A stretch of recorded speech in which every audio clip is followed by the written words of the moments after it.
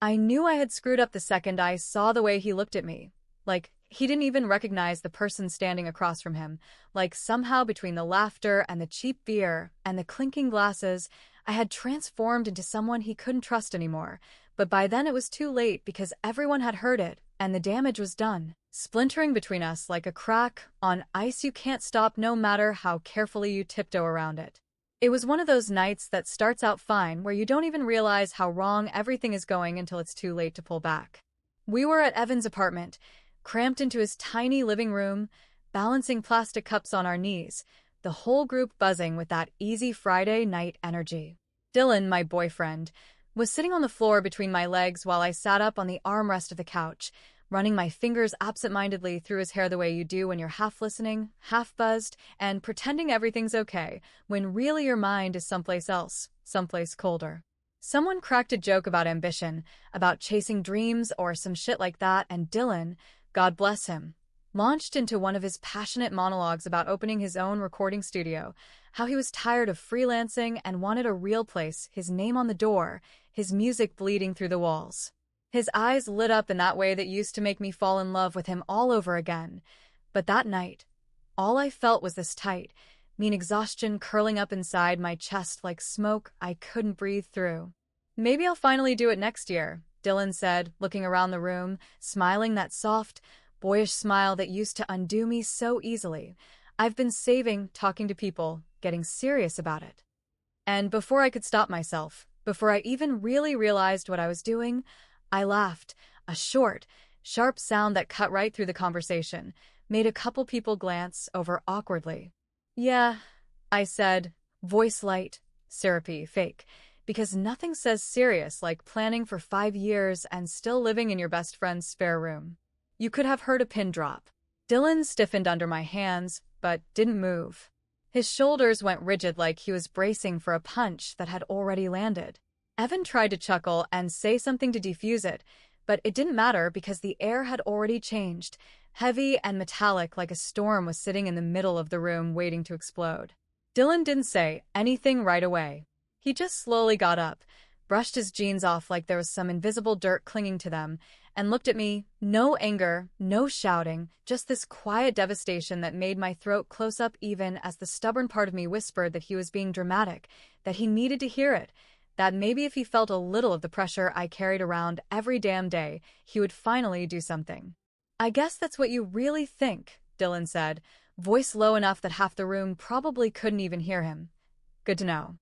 Dylan, I started, but he was already walking away, grabbing his jacket off the back of Evan's kitchen chair, slipping it on like it weighed 1,000 pounds. Don't, he said without looking back, and the door clicked shut behind him, soft but final, like the last page of a book you didn't realize you were writing until it was already finished. Everyone stared at me, their faces a blur of discomfort and pity and judgment, but I just sat there, frozen, my hands knotted in my lap, telling myself over and over that it was a joke, that he would get over it, that he was just being sensitive because dreams are dreams and real life is rent and bills and jobs you hate, but show up to anyway. Only deep down, buried under the anger and the bitterness I wrapped around myself like armor, a tiny voice whispered the thing I didn't want to hear. Maybe he wasn't the one being weak tonight. Maybe it was me. I didn't chase after him that night, and I still don't know if it was pride or fear, or some ugly mix of both. The party fizzled out quickly after Dylan left, people making up excuses and slipping out the door until it was just me sitting alone on Evan's couch, staring at a half-finished beer and a text message I never sent. I could have said sorry. I could have said anything. Instead, I scrolled through my feed like it was any other night and told myself he was overreacting, even though a sick feeling in my gut told me otherwise. The next morning I woke up with a pounding headache and no new messages. I rolled over, half expecting Dylan to be asleep beside me out of pure muscle memory, but of course he wasn't. His side of the bed was cold, the sheets still perfectly smooth from where he hadn't touched them. I stared at the ceiling for a long time, my phone heavy in my hand, until finally I texted him something stupid like, "Hope you're okay," because I didn't know how to be vulnerable without it sounding like an obligation. I waited. Nothing came back. By Sunday afternoon, I was tired of pretending it didn't bother me. I called him twice. straight to voicemail. I paced around the apartment, kicking dirty clothes into piles, wiping down counters that didn't need it, anything to stay busy. Around 6, Evan called, his voice tight. "You gonna talk to him?" he asked. I tried, I said, knowing how lame I sounded. "He's not answering anybody," Evan said. "I think you really messed him up, Ivy." "That shit you said," he stopped himself like he didn't even want to repeat it. I wanted to tell Evan to mind his own business, but deep down I knew he was right. I hung up without promising anything and sat on the edge of the couch staring at the dent Dylan's guitar stand had left in the carpet by the door. I thought about calling again, but something stopped me, something mean and stubborn that told me if Dylan couldn't take a joke, maybe he wasn't the guy I thought he was. Monday came and went. I threw myself into work, staying late even though I didn't need to, smiling too hard at coworkers who didn't notice or care. Every time my phone buzzed, I flinched. Every time it didn't, I hated myself a little more. By Tuesday night, I couldn't take it anymore. I drove over to Mason's place, where I knew Dylan sometimes crashed when he needed space. Mason answered the door, looking like he hadn't slept. "He doesn't want to see you," Mason said, leaning against the doorframe. "Tell him I'm not here to fight," I said, my voice breaking even though I tried to keep it steady. Mason shook his head. "He said if you showed up, he's not coming out." "He meant it, Ivy." I stood there for a second feeling like the biggest idiot in the world. "Can you just tell him I'm sorry?" Mason hesitated before nodding. "I'll tell him." I got back in my car and sat there for a while staring out at the sidewalk, thinking about how easy it would have been to just keep my mouth shut that night, to not humiliate the one person who believed in me when even I didn't believe in myself. I thought about driving somewhere, anywhere, just to get away from the heaviness sitting on my chest, but instead I just drove home and went to bed fully dressed, the TV playing something mindless in the background. The next few days were a blur of work, half-eaten meals, and fake smiles. I didn't tell anyone what was happening because I didn't know how to explain that it wasn't some big explosive breakup, no cheating, no screaming matches. Just silence. Just a slow, painful drifting that I couldn't stop. It was Friday night when things finally cracked. I was at a bar with some coworkers, trying to pretend like I was fine, when I saw him. Dylan. Sitting at a corner table with some people I didn't recognize, laughing at something one of them said, that easy smile I used to think was just for me. I froze with my drink halfway to my mouth, heart hammering so loud I could barely hear anything else. Before I could think it through, I made my way over. He saw me coming and his smile dropped, not angry, not sad, just tired. "Hey," I said, forcing my voice to sound casual. "Hey," he said back, polite and cold like I was a stranger who had interrupted his dinner. "Can we talk?" I asked, hating how desperate I sounded. He looked around at his friends, then back at me. "Now's not a good time." "It's been a week," I said, trying to laugh like it was no big deal, but it came out sounding cracked and wrong. He nodded slowly. "Yeah, "It's been a week." I didn't know what to say. The silence stretched between us, and I saw his friends shifting uncomfortably in their seats, pretending not to listen. I hated myself for making a scene, for being that girl who couldn't let go. "Dylan, please," I said, lowering my voice. "Just give me 5 minutes." He stood up then, towering over me in a way that wasn't threatening, but made me feel smaller than I ever had before. "There's nothing left to say, Ivy," he said, voice quiet but steady. "You said everything you needed to say that night." I opened my mouth to argue, but he was already walking away, weaving through the crowd like I didn't exist. I stood there for a long time, staring at the door he had disappeared through, my hands shaking so badly I had to set my drink down before I dropped it. That was the moment I realized he wasn't coming back. I didn't see him again for 3 more weeks. During that time, I did exactly what people tell you not to do after you hurt someone. I tried to pretend I was fine. I worked late even when there was nothing urgent to finish. I went out for drinks with coworkers I didn't even like. I filled my apartment with noise just so I wouldn't have to sit with myself in silence.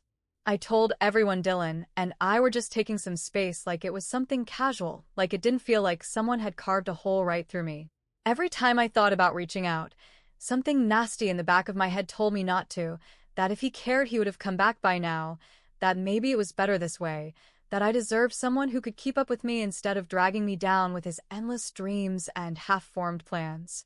It was a Thursday when I finally did the thing I knew was wrong even while I was doing it. There was a happy hour at a rooftop bar downtown, organized by a girl from work who had this way of making everyone feel included. I wasn't planning on staying long, but once the drinks started flowing, I found myself leaning into the easy conversation, laughing too loudly at jokes that weren't that funny, letting the buzz numb the gnawing guilt I still refused to deal with. Somewhere between the third and fourth drink, I ended up sitting next to Mason. Not Dylan's best friend Mason, but another Mason, a new guy from our IT department who had the same cocky smile and easy charm I used to fall for in college when I didn't know any better. He bought me another drink. I didn't say no. He leaned in close when he talked, his hand brushing my knee a little too casually, and instead of pulling away, I let it happen. I told myself it didn't mean anything. I told myself I deserved to have a little fun, that Dylan had probably moved on already, that I wasn't doing anything wrong by sitting there, by smiling back, by flirting a little harder than I needed to. When Mason asked if I wanted to get out of there, I hesitated just long enough to pretend I had morals. Then I grabbed my purse and followed him without looking back. We ended up at his place, some generic apartment with furniture that looked like it had been ordered off a website that sells you everything in one set. I didn't even take my shoes off. We kissed sloppily against the door, laughing at nothing, the kind of laughter that's loud and hollow and means absolutely nothing. It didn't go further than that. I stopped it before it could. I pulled away, mumbled something about not feeling right, and called a rideshare without looking him in the eye. The car ride home was a blur. The streetlights smeared across the windows. My stomach twisted up into a knot I couldn't untangle, but not because I had feelings for Mason. It was because for the first time I realized how easy it was to destroy something real by chasing something fake. The next morning, my head hurt, but not from the drinks. I stared at my phone for a long time, scrolling through old texts from Dylan, rereading conversations where he had been patient with me even when I didn't deserve it, supportive even when I was impossible. I thought about how many times I had rolled my eyes at his optimism, how often I had made him feel like his dreams were a burden. I thought about the way he had looked at me that night at Evans, not angry, just heartbroken. I didn't plan to tell anyone what happened with Mason, mostly because I didn't think it mattered. It wasn't like I had cheated, not technically, and besides, Dylan and I weren't even really together anymore. But shame has a way of crawling under your skin even when you think you've moved past it, and it wasn't long before the guilt started leaking out in ways I couldn't control. It was Evan who found out first. I don't even know how. Maybe someone saw us at the bar. Maybe Mason bragged about it to the wrong person. It didn't matter. Evan showed up at my apartment one afternoon, standing in my doorway with a look on his face that told me he already knew everything before I said a word. "Did you hook up with someone?" he asked, not yelling, just asking it like a simple fact he needed confirmed. I didn't try to deny it. "It didn't mean anything," I said, hearing how pathetic it sounded even as I said it. Evan shook his head slowly. "You don't get it, do you? Dylan still loves you. He was trying to figure out how to forgive you. He thought maybe he was being too sensitive, maybe he wasn't enough for you. And now you've given him the answer." I opened my mouth to argue, to say that Dylan had left me first, that he had walked away without even giving me a chance, but none of it sounded convincing even in my own head. I just stood there, feeling smaller with every word Evan said. "I'm not going to tell him," Evan said finally. "But you should. You owe him that much." After he left, I sat on the floor of the living room, knees pulled up to my chest, staring at nothing. I thought about calling Dylan right then, confessing everything, begging for some kind of forgiveness, but the truth was I wasn't even sure if it was about forgiveness anymore. I had crossed a line that couldn't be uncrossed, not because of what happened with Mason, but because of what it meant about who I had become. And I knew, deep down, that Dylan would never look at me the same way again. I didn't tell him right away. I kept waiting for the right moment, for some imaginary window where it would somehow hurt less, where maybe he would be ready to hear it without it breaking him, but the truth was that I was just trying to find a way to avoid taking responsibility. I told myself I needed more time. I told myself he probably already moved on, and it wouldn't even matter anymore. Every excuse sounded weaker than the last, but it was easier to keep lying to myself than to face what I had done.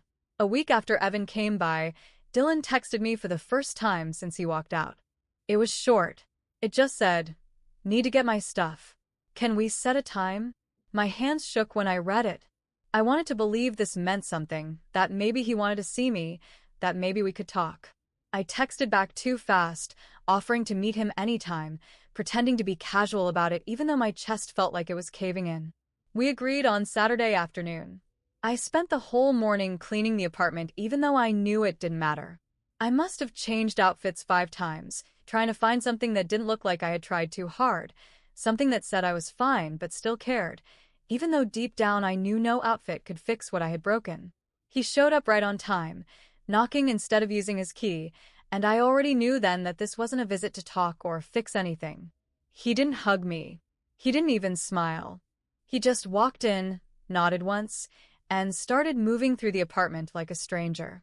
I followed him to the bedroom, where he grabbed his duffel bag from the closet without saying a word. "Can we talk for a second?" I said, my voice barely steady. He didn't look at me. "Not really much to talk about. There's stuff you don't know," I said quickly, hating how desperate I sounded. He turned then, slowly, and looked at me for the first time. "Like what?" I opened my mouth, but the words got stuck somewhere between my throat and my pride. I thought about telling him everything, about the night with Mason, about how empty and stupid it made me feel, about how none of it meant anything because it wasn't with him. But before I could speak, he shook his head and turned back to his bag. "Forget it," he said. "It doesn't matter." "It does matter," I said, stepping forward. "Dylan, please, just listen for a second." He zipped up the bag with a harsh motion and slung it over his shoulder. "You don't get it, Ivy. I did listen. I listened when you made me a joke in front of everyone. I listened when you didn't even call after you humiliated me. I listened when Evan told me you moved on like I never mattered. So, yeah, I think I've heard enough." I felt the blood drain from my face. Who told you that? "It doesn't matter," he said again, his voice colder than I had ever heard it. "You made it clear what you think of me. You think I'm pathetic. You think I'm some loser chasing dreams he'll never reach. And now you've made sure everyone else knows it too." I shook my head, my hands trembling. "That's not true. I never said that. I never meant it like that." "But you said it," he cut in sharply. "And you meant it enough to laugh. You meant it enough to flirt with somebody else like I was nothing." He turned to leave, and panic gripped me harder than anything I had ever felt before. "Please," I said, stepping in front of the door. "Don't leave like this. I made mistakes. I was stupid. I didn't mean any of it the way it came out. I was scared. I didn't know how to say I needed more from you without sounding like I didn't believe in you. I didn't know how to be patient anymore. But that doesn't mean I didn't love you." Dylan stared at me for a long time, his expression impossible to read. Then he gave a small, almost imperceptible nod. "You loved me the way you love an idea," he said quietly. "You loved me when it was easy, when I was someone you could show off. But when it got messy, when I needed you to believe in me the way I believed in you, you folded." I didn't know what to say because he was right. He moved past me without touching me, the duffel bag bumping my arm lightly as he went. I stood there, frozen, listening to the sound of the door opening and closing behind him. I don't know how long I stood there. Eventually, I moved to the couch and sat down, staring at the spot on the carpet where his shoes used to sit. Hours passed. Night fell. I didn't turn on the lights. I didn't eat. I didn't cry because crying would have meant admitting it was really over. At some point, my phone buzzed. A message from an unknown number. It was a picture. Dylan standing in front of a new recording studio, keys in hand, the words, "Opening soon," painted on the window behind him. No caption. No explanation. Just that image dropped like a stone into my stomach. I stared at it for a long time, longer than I should have, feeling something hollow out inside me that I didn't think would ever fill back up. He had done it without me. He had built the life he dreamed about, and he didn't need me for any part of it. The picture stayed on my phone for days before I could make myself delete it. Every time I unlocked my screen, it was there, taunting me, reminding me of what I had lost and what he had finally gained without me. I thought about texting him, thought about calling, thought about driving down to that little shop and standing outside the window like some pathetic ex who couldn't move on, but in the end I didn't do anything. I stayed in my apartment, surrounded by the life we had started to build and that I had let rot because I couldn't handle not being the one who had it all figured out. People say that time makes things easier, but they never talk about how time also stretches out every regret until you can't tell where one ends and the next one starts. A month later, Evan invited me to the opening of the studio. I don't know if he did it because he thought it would be a good idea or because he thought I needed to see the consequences of my own actions up close, but either way, the invitation sat in my inbox, unread, for 2 days before I finally opened it. It was formal and impersonal, just an announcement, no note, no extra words. I didn't plan to go. I told myself it would be selfish to show up and make it about me. I told myself I would be doing Dylan a favor by staying away. But when Saturday came around, I found myself driving downtown without even realizing I had made the decision. The place was packed. I could hear the music from half a block away. Inside, people were milling around, drinks in hand, congratulating Dylan like he had just won some massive award. He stood near the back, smiling easily, laughing with a group of people I didn't recognize. He looked good. Not in the fake polished way that people try to look when they are trying to make someone jealous, but genuinely good, like someone who had finally found the place he was meant to be. I stayed near the door, clutching my bag like it was a shield, telling myself I would just look around and leave before he even noticed me. But, of course, he noticed. He caught my eye across the room, his expression unreadable for a long second. Then he gave a polite nod and turned back to the conversation he was having. No smile. No wait. No invitation to come over. Just a nod. Like I was an old acquaintance he didn't have a reason to be mad at but also didn't have a reason to care about anymore. I thought about leaving then, but my feet wouldn't move. Instead, I wandered through the studio, taking it all in. It was exactly what he had always talked about, down to the smallest details. The wood floors, the soundproofed recording rooms, the little lounge area with battered but comfortable couches. It wasn't fancy, but it was real. It was his. And I had no part in it. I don't know how long I stood there before someone tapped me on the shoulder. I turned and there he was, standing just a little too close, holding a cup of something that looked like soda. "Hey," he said, voice even, like we were nothing more than two people catching up after a long time. "Hey," I said back, hating how small my voice sounded. He shifted the cup from one hand to the other. "Didn't expect to see you here." I shrugged, feeling stupid for coming, feeling stupid for hoping for anything. Evan sent me the invite. I didn't want to make it weird. Dylan nodded slowly, studying me in a way that made me want to disappear. "It's fine. You being here doesn't change anything." I swallowed hard.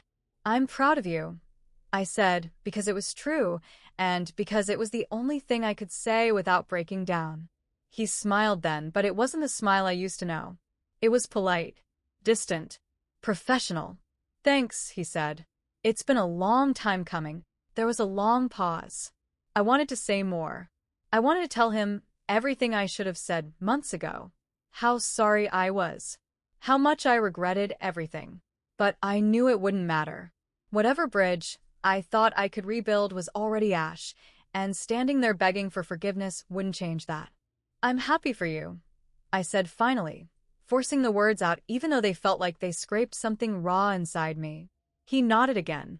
"I hope you're doing okay." I almost laughed, because what could I even say to that? I wasn't okay. I was barely holding myself together most days. But I wasn't about to unload that on him. He didn't owe me anything, least of all sympathy. Ai fine I lead. "Good," he said. He took a step back, giving me space to leave, to end it cleanly. "Take care of yourself, Ivy." I nodded, blinking too fast, and without another word, I turned and walked out of the studio. I didn't look back. When I got outside, the cold air hit me hard, but I welcomed it. It was the only thing that felt real anymore. I stood there for a long minute, breathing deep, letting it settle in my chest. This was it. This was how it ended.